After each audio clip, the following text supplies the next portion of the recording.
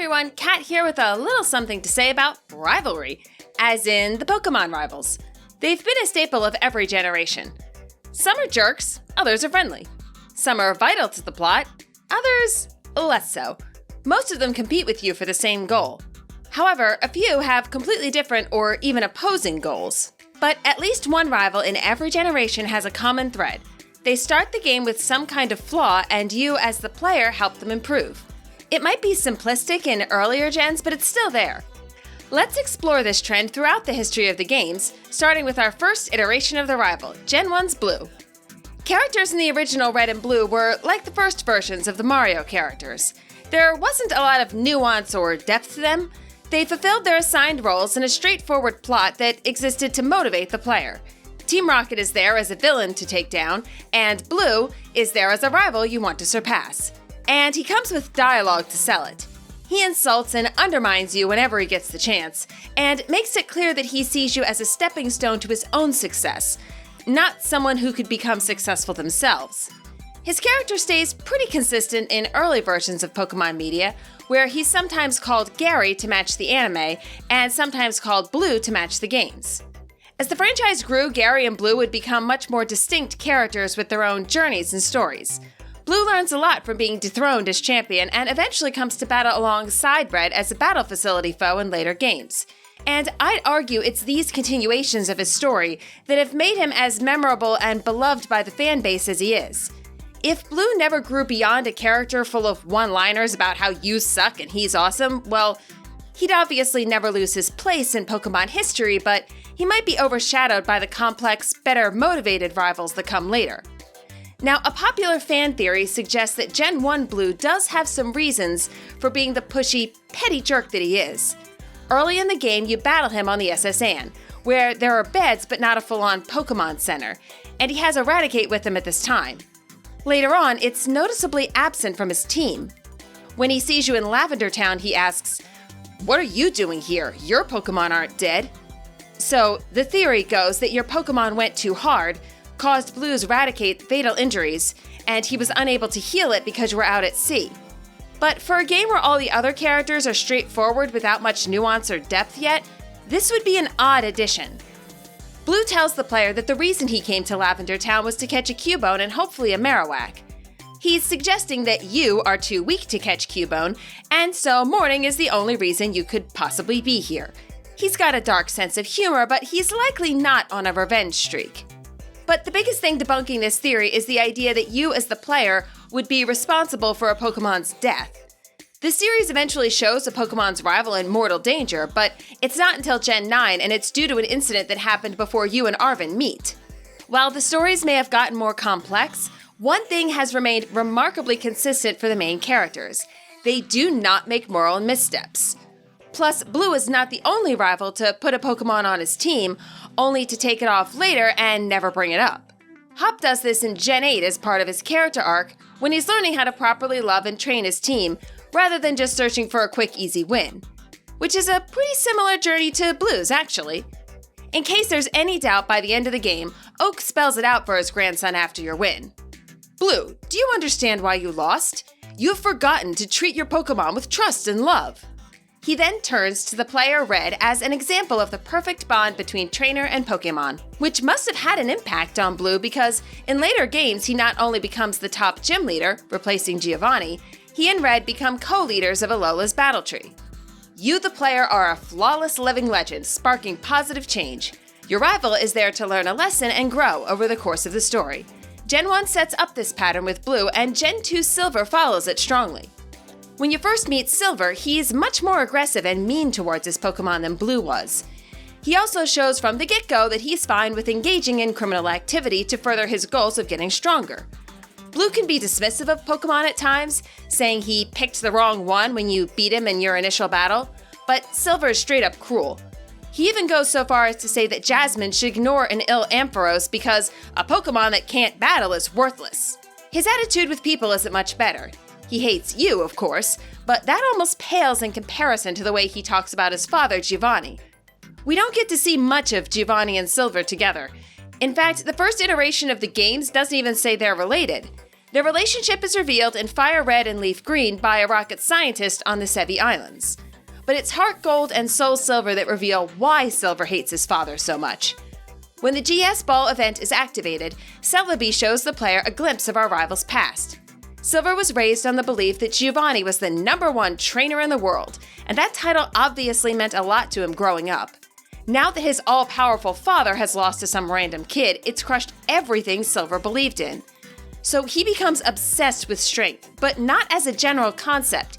He wants to become strong as an individual and hates any sort of cooperation with others, Team Rocket included. It's only through his interactions with the player character that he learns to have some give and take. The rival arc in Gen 2 isn't drastically different from that in Gen 1 as far as the beats go, but it does turn up the volume. Silver starts in a much lower place than Blue. He's got a lot more character growth and change he needs to go through to become a better person. So it's fitting that the game sets him on the right path without bringing him all the way there. As the game progresses, Silver sees the healthy relationship between the player and their Pokémon, and slowly but surely his dialogue shifts. He doesn't talk about discarding his Pokémon when they lose. He gets frustrated that they're weak, but he can sense they're getting stronger, and it's up to him to give them the training they need to get there. His relationship with them becomes much more of a partnership.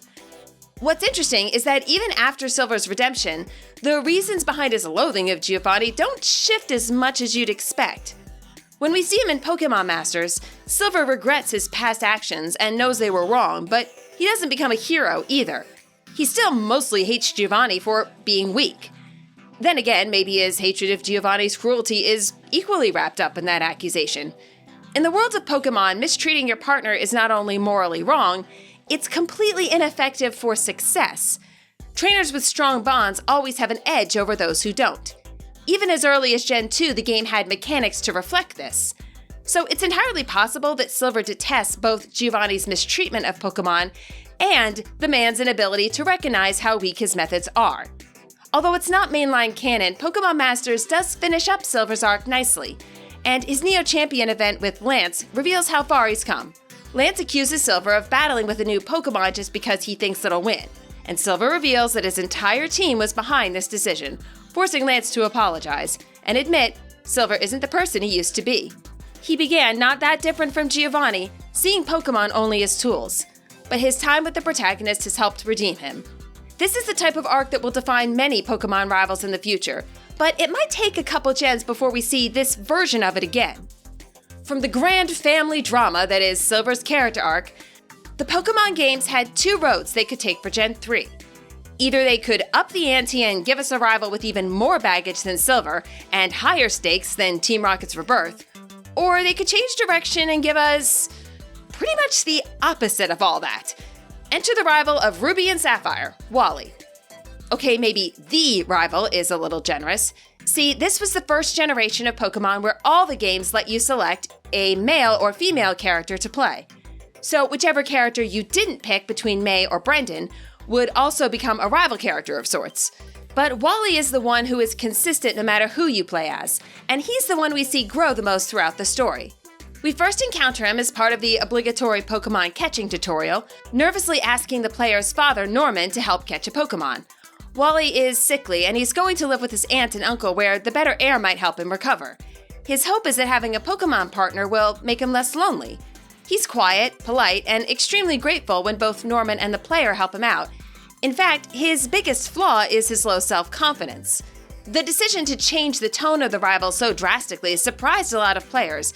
There were, and still are, pretty strong opinions on the franchise's line of nice rivals.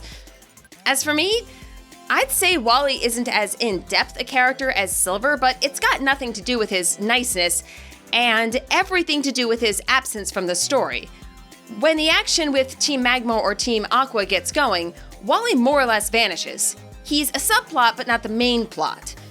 From the time you do spend with him, though, Wally feels like he was created to be the antithesis of Silver. He's soft-spoken, and rather than being one step ahead of you, he's perpetually one step behind. But he shows a lot of fortitude and sportsmanship in that he never lets his defeats turn into bitterness against you. In fact, losing to you fuels his desire to get stronger, both physically and in Pokémon battles. Where Silver and Blue's dialogue would be heavily focused on the training they have to do, Wally reminds the player that it's not enough just to have Pokémon and make them battle. That isn't what being a real trainer is about. Silver and Blue also both have high opinions of themselves, whereas Wally is humble to a fault, telling the player, maybe I'm talented. Oh, but I shouldn't get a big head like that. Wally ultimately grows healthy enough to travel back on his own without sneaking behind his uncle's back, which he has a lot of moral debate about, and he becomes a worthy rival for the player in a challenging final battle. Unlike most other rivals, Wally doesn't pick from the standard group of starters. Instead, we see the routes we helped him catch in the tutorial get stronger and evolve along with Wally himself. So the player is still helping Wally grow, but in a much different way than before. Wally doesn't need to be humbled, he needs to be uplifted and encouraged. However you feel about the trend of rivals that started, I like that Pokémon tried a different angle here. And it's one they continued in Gen 4. Although our rival there would be pretty different in personality from Wally. Like Ruby and Sapphire, the character you don't select at the start of Diamond and Pearl becomes part of the story. Also like Ruby and Sapphire, the games have a consistent rival character, and this time, it's Barry. I'll be honest here, Barry is probably my least favorite of the Pokémon rivals, and I think a lot of that comes down to what they were trying to do with him. They wanted a character who needed to change in some obvious way, the same as Blue and Silver, but they also wanted a character like Wally who knew that being mean to Pokémon was wrong. And possibly a character like Brendan or May who had a famous trainer as their father. So Barry ends up being a little bit of all those things, but not the strongest example of any one of them. And he strikes this odd chord of having his flaw be that he's too hyper? He rushes everywhere, often bumps into things, and jokingly threatens to fine people if they don't keep up with him. It's more a personality trait than a true character flaw, and it's not as if that part of him actually changes. The closest he gets to growth here is when he fails to protect Uxie from Team Galactic, and realizes there's more at stake than his own success or failure in battles. Barry had plenty of potential, but to tell a strong story with him, they needed to give him more genuine struggles. More mistakes that were moral failures than a failure to slow down. Or alternatively, lean more on his motivation to live up to his dad's reputation, and make his rushing everywhere an outward expression of that struggle. Barry's father is Palmer, the leader of the Battle Tower, but Barry only mentions him once in the early game, and once when the player earns their final badge. Barry starts with some good reflection here about why he became a trainer to begin with. He used to dream about being just like his dad, but now, he tells the player, things are different. I thought about what being a trainer involves. I thought about what Pokémon are. And the introspection stops there. Barry never tells you what he concluded. We're told he had growth, but it's left pretty vague as to what that growth was. But all that aside, Barry's goofiness feels somewhat out of place with the weight of the plot. It's hard to muster up a sense of urgency about his battle philosophy or motivations when Cyrus is trying to reset the world. Compare Barry to Akari Ray, or even one of the more antagonistic wardens like Melly in Legends Arceus. These characters still have their fun moments, but that ominous rift in the sky plays into all your interactions with them, reminding you that you still have a villain to defeat. Specifically, a villain who's had a hard time in life and, like Cyrus, has gone to the most extreme of measures to fix the world that hurt him. Imagine a version of Platinum where Barry, even just for a fleeting moment, pictures what kind of world he would create if he had the power to do so. Then imagine him having an interaction or battle with Dawn or Lucas that shakes him back to his senses. Basically a subtler, more interactive version of Cynthia's lecture to Cyrus. Since there is sadness, we can feel joy. When there is anger, compassion is born. This wouldn't need to be a huge dialogue tree or anything. Barry, being the talkative character that he is, could have easily had that believable moment of change in a dialogue with minimal player input. Sometimes the biggest thing someone needs is a listening ear, after all. Don't get me wrong, the scene between Cynthia and Cyrus is both powerful and emotional, but the two of them are the ones driving it. Where previous generations had the protagonist trying to change the rival, this game also incorporates the champion attempting to change the villain, all with vastly higher stakes than before. So the relationship between the player and the rival gets drowned out a bit here. And I think the writers recognize that because Gen 5 goes out of its way to blend the rival's arc with the evil team's plans in the creation of N. There's a lot of debate about how to classify N. You could argue that he's a rival, a villain, a temporary champion, or any of those things. But there's no doubt the entire story hinges on you, the player, changing his worldview. N has been raised with the belief that humans are inherently cruel to Pokémon, and that Pokédexes and Pokéballs are a means of torturing them. So his goal with Team Plasma is to liberate Pokémon from their trainers. In keeping with his philosophy, we don't see him use a regular team that gets stronger with game progression. Instead, he asks the Pokémon in the area to help him defend himself against you, and they leave once the battle is over. It's a similar mechanic to the one used by the player in Pokémon Ranger, only presumably N doesn't need a capture styler to encircle Pokémon with friendship loops. When we first meet N, he's genuinely interested in finding someone who challenges his belief. Some part of him wants to believe that not all trainers are bad. But when he realizes you can't hear Pokémon voices the way he can, and that you use Pokéballs and a Pokédex, we get a Pokémon first. The rival sees a flaw in the main character and spends the game trying to change your line of thinking to his. Not in a contrived way like Giovanni's grunts yelling in your face to join Team Rocket. He views you and your Pokémon with pity for your misguided ways, and through the gameplay, you come to view him the same. He's in genuine debate when you battle and when he talks to your Pokémon afterwards. And quite honestly, when N pointed to my dex and said, "So, you're going to confine many, many Pokémon in Pokéballs for that then," my first reaction was, crap, he's got a point. Now, N is not your only rival. There's also Cheren and Bianca, who you open the game with and who serve as the more classic rivals. They pick starters at the same time as you and grow their teams alongside yours. Bianca is more excitable and nervous, while Cheren is more subdued and scholarly. While neither of them are fully swayed by Team Plasma in the games, though Cheren is swayed in the manga, they do develop a lot of self-doubts about what they're striving to achieve. In many ways, they function as a voice for the player when confronted with N's arguments.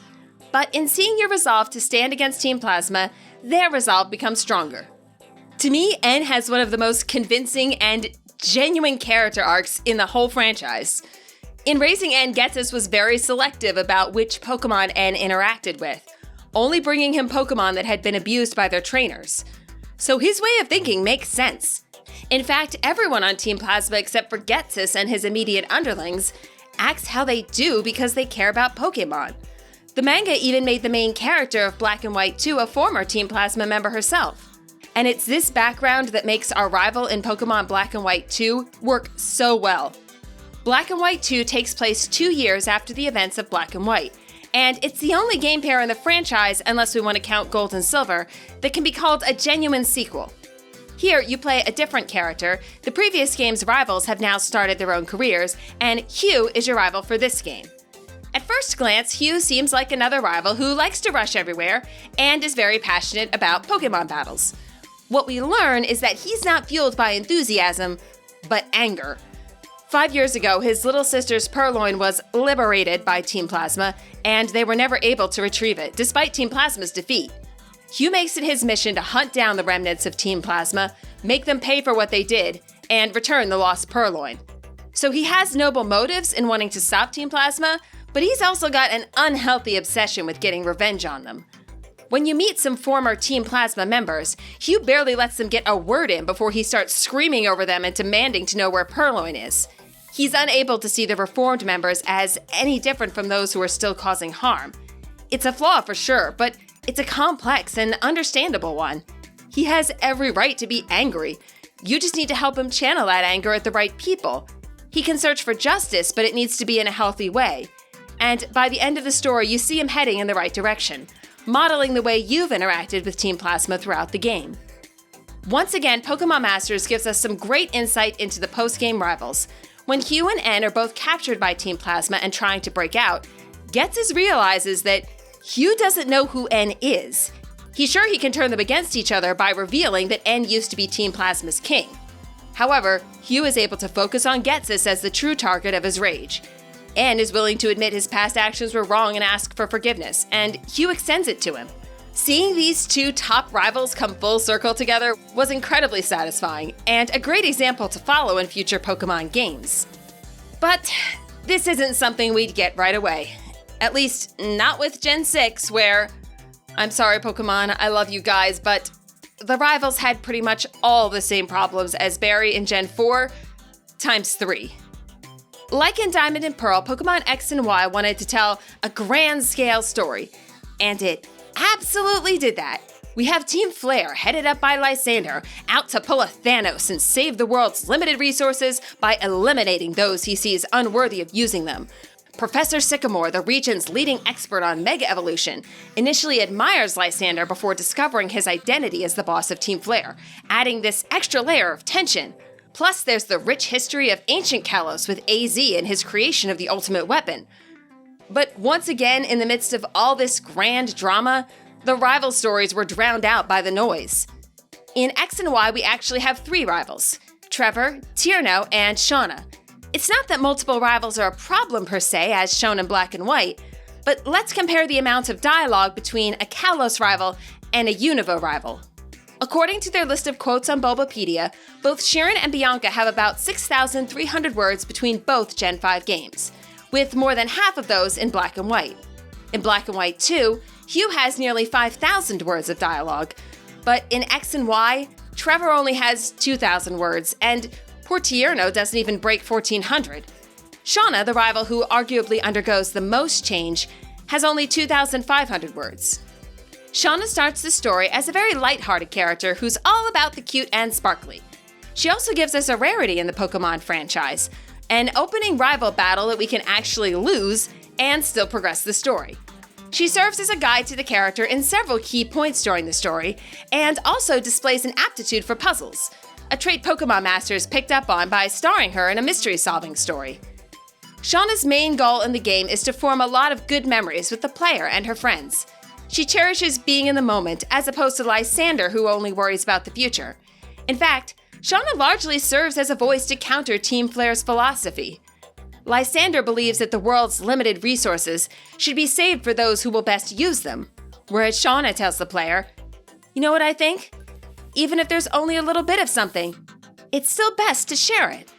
She seems to mature over the course of the story, taking this wonder-filled, childlike view of the world at the start. By the end, she hasn't discarded that, but she's come to a deeper understanding of why it's so important to cherish the here and now. There's a lot more that could have been explored if she'd been given the space to do so. Trevor has even less space, and since his personal obsession is completing the Pokédex, most of his dialogue is focused on that and telling the player how their own Pokédex is coming along. He gets one nice moment of introspection about overcoming cowardice when they're up against Team Flare, but it's largely buried in the Pokédex talk, much like how any growth Tierno might have had is buried in his talk about Pokemon dances. Let's look at these word counts again, and for comparison's sake, let's put them up against a character from Scarlet and Violet. The Team Star boss Aerie has about 1,800 words of dialogue, and she's a relatively minor character, one of 5 bosses you encounter in one of 3 plot lines the game takes you on. And how many words of dialogue do the actual rivals have in those games? Penny comes in with the least at 8,500, while Arven and Nemona have nearly 12,000. Is it any shock that players felt so connected to the rivals of Scarlet and Violet? A real story arc for a rival, showing their weak point, interacting with them to help them grow, that takes time. You can try to condense it, but it won't feel as genuine. So it's not that Trevor, Tierno, or Shauna are poorly written characters, it's just that they simply weren't given the space to grow and change. Once again, that arc was given to the villain, with the professor and the champion trying to change him. And once again, in the generation of games that follow, Pokemon course corrects with interweaving the rival's growth and the villain plot in a believable way. Gen 7 features one of each of the standard rival archetypes: Hugh, the friendly rival, and Gladion, the less friendly rival. I did a mini essay about the contrast between these two before, so you might hear me repeating some points if you saw it, but Gladion is a rival with a lot of baggage, most of which you don't find out about until pretty late in the game. He's rescued a Pokemon that was being tortured by the Ether Foundation, an organization run by his family, and he's basically on his own for the first time in the world, after realizing the people he trusted most are all completely untrustworthy except for his little sister Lily. He just barely escaped, and he knows he could be easily overpowered, and this terrifies him. He joins up with Team Skull for a while since he has no means to provide for himself, but they generally view him as an outsider. Gladion's not too concerned with this, as he's become preoccupied with getting strong enough to protect those he cares about the next time the need arises. But the only thing you know about Gladion for the bulk of the story is that he's a loner who takes Pokémon battles very seriously. In fact, this is his flaw according to the narrative. He's not unkind to his Pokémon like Silver in Gen 2, but he's not visibly enjoying himself either. In all the scenes where they interact, Gladion is played against Hal, the light-hearted grandson of the island kahuna. Hal is always telling Gladion that he needs to lighten up. Pokémon battles are about socializing and having fun. To quote an example of this, Hal tells Gladion at the Royal Battle Dome, "I think you'd have a lot more fun if you just let yourself have a good time with everybody else. You can do a lot more together too." Later, he tells the player character, "Gladion never really explains anything, eh? Probably thinks it makes him look cool." From an objective point of view, this is a kind of judgmental thing to say. We know why Gladion doesn't share much. He's scared of trusting the wrong people again. But, moreover, not everyone's a sharer. Not everyone's a bundle of energy with a house-sized grid on their face when they're enjoying themselves. Some people are much more internal about this stuff, and that's okay. I do like what they tried to do here. Hal, with his friendly and easygoing personality, acts in many ways as a voice for the player character without taking their place. It's still the player who has to save the day after all. When he encourages Gladion to have more fun, the player stands at his side supporting him. So any improvements Gladion makes can then be attributed to the player. But this causes Hal to have many of the same problems as Barry. He doesn't feel as in-depth because he doesn't really struggle. Interestingly enough, despite Hal and the player's encouragement, Gladion's character as a whole doesn't change too much. As the games are, Gladion reminisces about how he only used to think of rescuing Type Null and getting stronger. So he's grown in that sense, but he's never going to be giddy about Pokémon battles, which I'm actually glad about. Let him be his edgy self. Now, this wasn't the last players would see of the one friendly, one unfriendly rival combo. In fact, the next generation of games uses that same pattern, and I'd argue uses it better than Sun and Moon. Bede and Hop are your rivals in Pokémon Sword and Shield, as is Marnie, although she stands out from the other two, by more or less having her character arc already complete before the game begins. She knows what she wants, she's in a pretty emotionally healthy spot, and she more or less just treats you as a fellow competitor. A good one, which is why she's so focused on trying to beat you, but not anybody that drives her to emotional turmoil when you succeed. This is in sharp contrast with your relationship to Bede and Hop. Hop is similar to Hal and Barry in a lot of ways. He's fast, energetic, and he's related to a highly successful trainer. In this case, his big brother Leon. He's also super optimistic, and the story cues all point to him being the quintessential friendly rival. However, if we just take Hop's dialogue as is and ignore how the animation and story sets him up, he's pretty braggy and pushy, maybe more so than Bede. Hop acts like you're the sidekick in his epic story, or rather he outright says that. He's constantly telling everyone, Bede included, that his relationship to Leon makes him special, which is a sore subject for Bede at best. According to Bede's trainer card, he spent some time living in an orphanage after his family ran into some trouble when he was young. He had difficulty getting along with others and would constantly get into fights there. Chairman Rose took him under his wing and gave him his first Pokémon. Incidentally, it's a Pokémon that once evolved will attack you if your emotions get out of control. Bede's been set on proving he's worthy of the chairman's endorsement ever since, even though Rose doesn't remember his supposed mentee's name. So Bede has a lot of reason to puff himself up and sell himself as the next great trainer. He can't let Rose withdraw his support. His attempts don't go over as well as Hop's do, though. Most other characters tend to find Hop endearing. They find Bede obnoxious. Hop's reaction when he and Bede first meet is to ask the player, what's his problem? To be fair, Bede gets pretty harsh with Hop, calling him out for always bragging about Leon and having nothing of his own to show. He also makes quite a scene of beating him. This actually is what pushes Hop's character arc. In reaction to his loss, Hop starts desperately switching up his team in order to get a win against you. Bede gives Hop a kind of wake-up call in the sense that, yes, he does need to be his own person apart from Leon. The player then points him towards a healthy way of doing that, forming a bond with Pokémon rather than chasing down whatever will get a win. It was a nice way of getting the player and one rival to inadvertently work together and help another rival improve. As the plot progresses, Bede ultimately has his standing as a gym challenger revoked, and at first, the whole incident seems like a just punishment for taking Rose's objective too far. After destroying a mural in search of wishing stars for Rose, Bede gets snatched up by gym leader Opal instead. He's hyper-trained with fairy types, and later we see he's in a much healthier place, with a new mentor who actually cares about him. Now, he does still interrupt the championship matches to demand one last battle with the player, but the game lets him have this without forcing him to follow up on his vow to give up battling if he loses. Once he's on the right path, according to the story, he's given a lot more grace for any social missteps he makes from then on. What's interesting is that when they first meet, Opal calls out Rose's assistant Oleana, not Rose himself, for throwing Bede away like rubbish. It's almost like there's a scene we never saw. Oleana says she needs to speak with Bede about something before the incident, and the next time we see Bede, he's destroying the mural. If she egged him on, I would have loved to have seen that. It could have added a lot to Bede's character and motivations. But it also would have softened the jerk rival image. And Sword and Shield seem pretty set on keeping those tropes in place. The next generation of games, however, would be all about setting up the tropes only to break them down.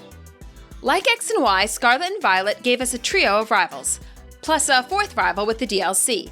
They're all pretty well developed with their own distinct character arcs. Yes, even Nemona. I actually did a video about Nemona's character arc, but I'll link to that in the description rather than repeat it here. Nemona is the one rival of the group that plays out the way you'd expect her to. She approaches you as friendly and outgoing, a perfect embodiment of the rival archetype that started with Barry. And she is exactly that. Nemona's not hiding anything, and that's part of what makes her so endearing. Penny approaches you with all the mannerisms of Wally, only to turn out to be a criminal and the villain team boss, only to then reveal she's got a lot of relatable and sympathetic reasons for her actions. It's not perfectly executed, and a lot of Penny's character development is lost in the game's attempts to surprise you with her true identity at the end. But if you dig into the post-game, DLC, and epilogue content, Penny gets more rounded out, especially in her relationships with the rest of Team Star. Arven is the most beloved rival of the three, and it's easy to see why. Pokémon leaned on the history of their previous games in a really effective way here. Arven meets the character with all the same tropes as Silver. You've just rescued Rhydon from where it collapsed on the beach, and it's rescued you in turn, despite its clear exhaustion. And what does Arven do? He scolds it for wandering away, tells you and Nemona to shove off, and then ditches Rhydon as soon as he has a halfway decent excuse. What we learn later is that Arven is so agitated and defensive because he's trying to save the life of his partner Pokémon Mabosstiff. He also has quite a history with the Box Legendary. His parents' obsession with time travel meant he was basically left to raise himself. It was also Area Zero, where Rhydon came from, where Mabosstiff was so badly hurt. So in a very understandable way, he blames the legendary Pokémon, both for taking his parent and nearly taking his best friend. Arven ultimately admits this was unfair of him, and he wants to see Rhydon succeed. Arven was such a refreshing change from the typical jerk rival, and I don't know if this switch-up would have worked nearly as well without the archetypes the series had firmly established by this point. While you start off thinking you're there to teach Arven a lesson about being kind to Pokémon, you're ultimately there to give him the support his parent never did, and show him that he has others he can lean on. I wish I could say that all the Gen 9 rival stories were this well executed, but yeah, we gotta talk about Kieran. At the start of the Teal Mask DLC, Kieran is a student who really looks up to you. He also confides in you that he thinks a bit differently about the local Kitakami legends surrounding the Pokémon Ogerpon. The legends paint Ogerpon as a monster, but Kieran doesn't think it is. Later, Kieran and Carmine's grandfather tells you that his grandson's instincts were correct. In truth, the Pokémon treated as heroes in the legend hurt Ogerpon and her friend, and stole 3 of her 4 treasured masks. The grandfather then warns you not to tell Kieran about this, or about the fact that you and his sister Carmine actually met Ogerpon at the town festival while Kieran was away. Because Kieran's grandfather will tell him when the time is right. This narratively flimsy excuse sets up the protagonist to more or less bully Kieran against their will.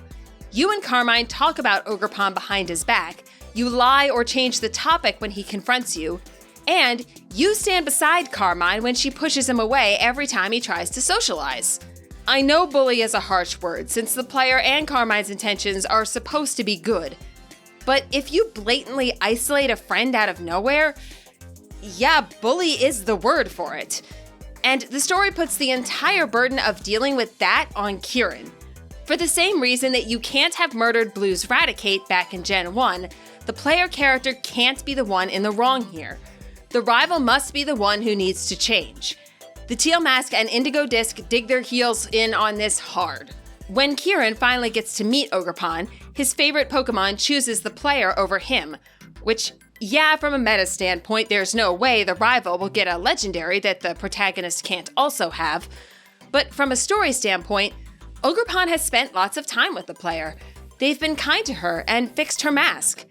When she meets Kieran, he's already shaky and unstable, and she has no clue if he's friendly. Of course she goes with the player. Kieran is devastated, and the Teal Mask ends on him vowing to get stronger than you. Why that vow specifically? Well, in the Indigo Disc, we learned that his school, Blueberry Academy, puts a heavy emphasis on Pokémon battles. The highest social club in the school is the League Club, of which Kieran becomes president and champion. The club functions much like a regional Elite Four, in that the top member can be overthrown if they lose an official battle. We don't talk to Kieran right away. All we hear from Carmine is that he's changed. Then we see him speaking harshly with a single unnamed character, kicking them out of the club even though they're having problems at home. The narrative message here is that Kieran has gone to the dark side, and it's up to the player to save him. But Kieran is never seen acting like this with anyone else, which makes this incident feel like a narrative kick the cat moment, a scene contrived to show that someone is unequivocally a bad guy. The story desperately wants to follow the same well-worn path that Pokémon stories always have, that you must enact positive change in your rival. In following that pattern, it gives you another character who will supposedly help make this happen. Drayton, the former club president who was kicked out when Kieran defeated him. Drayton helps you work your way through the Elite Four and makes sure Kieran will face you in a championship battle. You win, of course, and it does not end well. We know strength in battle equals social standing at this school. We can see that when the entire student body walks away and abandons Kieran after he loses. He's put everything into growing strong so he won't be rejected anymore, and now he's surrounded by rejection. This sends Kieran into a downward spiral, culminating in what appears to be a panic attack. And how does Drayton approach him? With a smug smile, getting down in his face, and emphasizing that Kieran is now the ex-champion. In my first playthrough, I truly thought this moment was Drayton's reveal as a hidden villain. I couldn't believe the story would try to sell Drayton as Kieran's friend after treating him like this. This isn't an intervention made out of concern, it's payback and public humiliation. Even when Drayton talks like he means to help, it's very self-centered language. I liked you better when you did this. I had more fun when you were like this. Carmine and Elite Four member Amorous at least express concern for Kieran's well-being. They don't want him to change for their sakes, but for his own. And since the protagonists can't do it for themselves, Carmine apologizes to Kieran for how much she's hurt him. Kieran ultimately has his turnaround, but for the first time in Pokémon history, it almost feels like it's in spite of you rather than because of you. Up until now, every other jerk rival has met the protagonist with their flaw already clear. Sometimes it's influenced by an unstable upbringing, like with Gladion or Bede. Sometimes it's influenced by the game's villain, like with N or Silver. Teal Mask and Indigo Disc tried to break that mold by having you, the player, be the source of the rival's difficulties. It was a bold choice, but ultimately, it was more than the story could handle. And that's the last of the rivals we'll see until Pokémon Legends Z to A. So what's the takeaway from ending on a note like that? Well, for all my criticism here about how the DLC played out, I'm actually kind of excited for what Kieran's arc might mean for the future of the series. I think the history of these games shows that they can make missteps in the story, learn from them, and come back better in a later game. Scarlet and Violet does a lot right, even if it's not perfect. Let's face it, none of the game's stories are. So I think it's entirely plausible that we could have a Pokemon hero in the future who's fleshed out a bit more and allowed to make real mistakes. The type of mistakes they have to come back and personally apologize for, rather than having another character apologize by proxy. Who knows, maybe in some future game, we get to play the rival. Whatever sorts of characters our future rivals are, I'm looking forward to meeting them. Thanks so much for watching, everyone. If you liked this video, subscribing is an awesome way to tell me so. Also, a massive thank you to Bulbapedia. Their archive of Pokemon dialogue was invaluable here. This was definitely a bigger project than I expected, so I'll be taking a few weeks break from posting as I build up my next videos. Until then, happy reading, happy new year, and happy training!